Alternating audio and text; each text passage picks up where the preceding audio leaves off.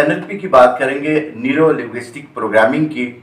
इसमें Richard Bandler ने बहुत ज़्यादा काम किया, ये किताब उनकी लिखी हुई है। ये 3 दोस्त है बुनियादी तौर पे, और उन्होंने बहुत ही ज़बरदस्त किस्म का दुनिया को जो सब्जेक्ट दिया है जिसके ज़रिए हम बहुत अच्छी ज़िंदगी गुजार सकते हैं। उसमें सबसे पहले है रेपो बिल्डिंग।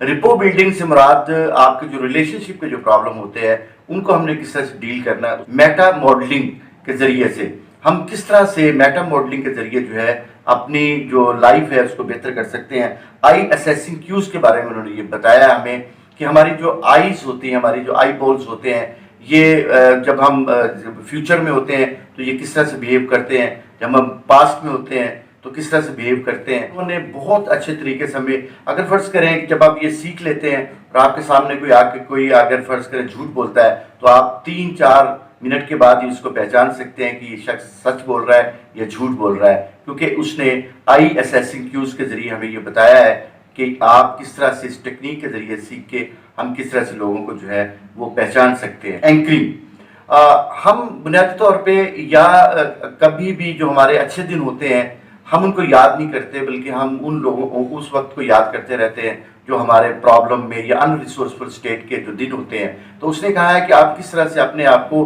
अच्छे दिनों के साथ एंकर कर सकते हैं और आप अपनी ज़िंदगी को बेहतर कर सकते हैं। सर्कल ऑफ एक्सीलेंस की बात की है।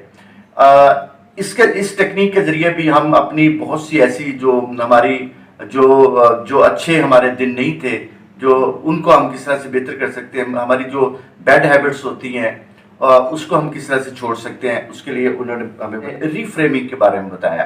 रीफ्रेमिंग के बारे में हमें ये बताया कि आपकी ज़िंदगी का कुछ भी जो आप समझते हैं कि सही नहीं था, जो आप वक्त गुजार चुके हैं, जो आपका माजी था, तो आप किस तरह से उसको रीफ्रेम कर सकते हैं। बर्थडे चॉकलेट के जरिए उन्होंने हमें ये बताया कि आप अपनी हैबिट्स को, अपनी चीज़ों को किस तरह बेहतर सकते हैं।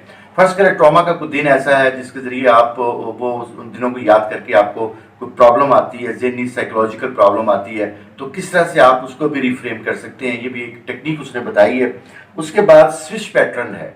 स्विच पैटर्न के ज़रिए भी आप अपनी वो माजी जो आपका अच्छा नहीं था, जो आप समझते हैं कि अनरिसोर्सफुल स्टेट में था, तो आप उसको किस तरह से बेहतर कर सकते हैं, जो आपके लिए पैनिक है, जो आपके लिए प्रॉब्लम पैदा करता है। टाइम लाइन का तस्वर है कि क्या आप अपने माजी को देख सकते हैं, तो उसमें हेलीकॉप्टर व्यू का तस्वर उसने दिया हुआ है कि आप अपनी टाइम लाइन के ऊपर हेलीकॉप्टर व्यू के जरिए पीछे भी जा सकते हैं और आगे जो फ्यूचर में भी जा सकते हैं। जितने भी आगे आपकी ज़िंदगी है, जितने भी आपके ईयर्स हैं, आप सारों को जो है ना देख सकते हैं अपने इस टेक्निक के जरिए। कि जो आपके लिमिटेड बिलीव्स होते हैं, जो आप किसी भी जगह पे महफूज रखते हैं और उससे आगे आप नहीं जा पाते, एक जगह पे सारी ज़िंदगी गुजार देते हैं, तो उसने आपको ये बताया कि आपने अपने जो बिलीव्स आपके डेवलप कर लेते हैं आप, और लिमिटेड बिलीव्स होते हैं, तो आप उनको किस तरह से जो है ना वो अनलिमिटेड बिलीव्स में चेंज कर सकते हैं। ताकि हम हमेशा जो है अपने आप को इन्फीरियर कॉम्प्लेक्स में समझते हैं कि हम हमेशा जो है वो अनरिसोर्सफुल स्टेट में इन्फीरियर कॉम्प्लेक्स में रहते हैं। तो आप अपने बारे में जो बेटर सेल्फ इमेज है वो किस तरह से क्रिएट कर सकते हैं।